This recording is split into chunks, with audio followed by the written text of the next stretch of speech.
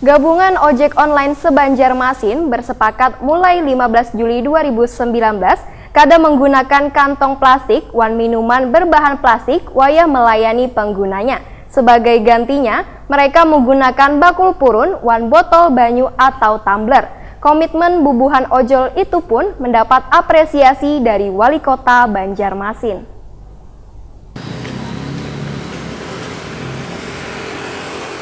Gabungan ojek online atau ojol se-Banjarmasin bersepakat mulai 15 Juli 2019 kada menggunakan kantong plastik wan minuman berbahan plastik wayah melayani penggunanya. Sebagai gantinya mereka menggunakan bakul purun wan botol banyu atau tumbler. Komitmen bubuhan ojol itu pun mendapat apresiasi Wali Kota Banjarmasin Ibnu Sina. Komitmen kesepakatan tersebut dilakukan di kawasan maskot Patung Bakantan Banjarmasin, Jalan Pretendean Banjarmasin Tengah. Wali Kota Banjarmasin Ibnu Sina wetakuni Prima TV memadakan bila yang dilakukan ojol Banjarmasin ini merupakan sebuah bentuk dukungan dari elemen warga terhadap Perwali Banjarmasin nomor 18 tahun 2016 tentang larangan penggunaan kantong plastik yang telah diberlakukan sejak tahun 2016 lalu. Penerapan Perwali tersebut, ujar Ibnu Sina, telah berjalan 3 tahun dan di tahun ketiga ini Pemko Banjarmasin kembali berkomitmen untuk mengurangi tumpukan ratik di TPA hingga 30%. Dampak negatif dari adanya ratik plastik itu, menurut politisi PKS ini, kada hanya merusak kesehatan manusia, tetapi juga merusak ekosistem alam. Sehingga di tahun 2025